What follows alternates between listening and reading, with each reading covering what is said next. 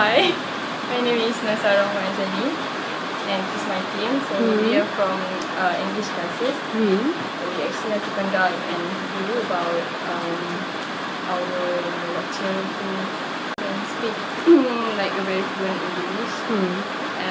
So how are you today? I'm good, thank you. So can we start? Yeah, sure, we can Okay, start. so the very first question is, can you briefly describe your educational background about yourself? I'm Dr. Asma Parveen, and basically I'm clinical psychologist. I did my master in clinical psychology and then PhD in clinical psychology from Pakistan. My master was from Punjab University, but my PhD is from Karachi University. So I have studied many different universities. So basically my educational background is all from Pakistan. So second question is, what made you decide to pursue your career in psychology? Basically, my first inspiration was to become a doctor, and then I have seen people like they came. Actually, in many interview, I told that my granny was a spiritual healer, so she was used to treat people by her recitation and by her different methods. So I was quite interested in how she actually treat people, and the people feel better after visiting her. So I was always interested what actually caused people, because she's not giving any pills, she's not treating them the other way, and it's just the belief that the people come and they feel better. So definitely there is something more important and significant than medication is related to the person's belief and the way they approach other people. So that's where I started to figure out that how I can be a specialist in such a behavior domains where people can get benefits. So my early thought was to become a doctor actually. So when I cannot find admission in medicine, then I pursue with clinical psychology, because it was also related with the human behavior, so it was more relevant for me to pursue my career. So my name is Ratna. Yes, Akira. Okay, for your next question, you have done your PhD, right? So can you please tell us a little bit about your research that you have done? In my PhD, I did with mothers, and specifically my proposal was to highlight how mother's depression can affect her children's, her relationship, and her own mental health. I mean, it can contribute many different social issues and what actually causes mother to be depressed. So then first thing I explored, second thing I did intervention. My intervention was attitudinous therapy. Like how you can change your attitude and you can change your life. So it was about 6 dimensions. The first dimension was changing your thoughts. The second dimension was changing your physiological health by deep breathing, by taking good water, good food. And then the third dimension was using positive words. And we all use words, and I guess psychology is more towards using appropriate words at appropriate time. So the fourth dimension, the fifth dimension was related to the spiritual, like how I connect with my Almighty and how much I believe the divine powers and how the divine power can impact. And the sixth dimension was related to the time management. Help people to manage their time appropriately so they can reduce their difficulty, stress, or frustration. So that was the specialization of my PhD. And next after that, you are majoring in clinical psychology, right? Can you define remind us about clinical psychology. What is actually clinical psychology? Actually, clinical psychology is the branch of psychology and which has specialization related to the mental health issues. Like we can do assessment, we can do treatment, we can do therapy, we can do community work, we can work in hospital settings, we can work as a consultant in different clinics. So basically, it came from the clinic setup. That's why it is more towards clinical. So that's how simply you can understand the clinical psychology.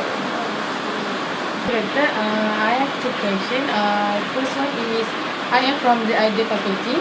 I heard that you are a well-known lecturer in this department. So can I know what kind of challenge you face during teaching the students in UPSI? And that's my prayer to know that I am famous, but I really cannot figure out how this is actually speculative. There was actually challenge in aspects like speaking Bahasa, which I always have difficulty. Still, I'm not cooking well. I hope I will be. This was my resolution of 2018. I will learn Bahasa, but it's already going to end, and I'm nowhere. So the only challenge was actually related to the Bahasa, because mostly you cannot communicate with many people because they can have difficulty to understand and speak English, and sometimes they prefer to talk in Bahasa. That was the only challenge, I guess. Okay, Doctor. The second question is, other than being a lecturer in UPSI, do you have any work you have done externally? Yeah, I provide consultation to the clinic Tanjung Maling as a clinical psychologist. They referred cases for clinical management and for assessments, and I also do consultation for the counseling center at UPSI.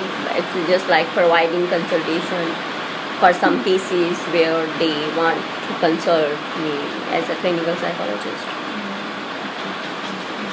So, as you know, my name is Izzati, and I just want, can you share with us your achievement throughout your career in psychology or anything? Up till now, I don't think so. I have very huge achievements, but I'm trying my best. But sometimes, when you're working with the clients and you're providing them consultation, and sometimes to see the change in their life is the biggest achievement. You can see someone has grow up, someone has improved, someone's quality of life is quite improved. That sounds a lot. That's mean your hard work is paid. So that's for me the major achievement. So then, you always told us in the class that sometimes you went for a case study in the hospital or in the clinic, you did some research on the patient. Can you tell us what kind of work you do with the patient? Here in Malaysia, I did research related to depression management, ADHD management, and also I did some work with drug addicts, like exploring their dynamics of drug addiction. And besides that, recently I am working on the research to explore the emotional problem among the youngsters, like school students and also juvenile students too. And we are preparing a module to help them to increase their emotional competency. Because I guess nowadays emotional competency is more significantly important than intellectual competency. You can make your life better if you are emotionally mature and stable. Like stress management. Yeah, like stress management, anger management, relationship management. How you can hope you can effectively control and regulate your emotions. The that's not a problem. beside touching the limbic system? I would like to ask you, what are your goals that you would like to achieve in the future? That's my goal. That's interesting.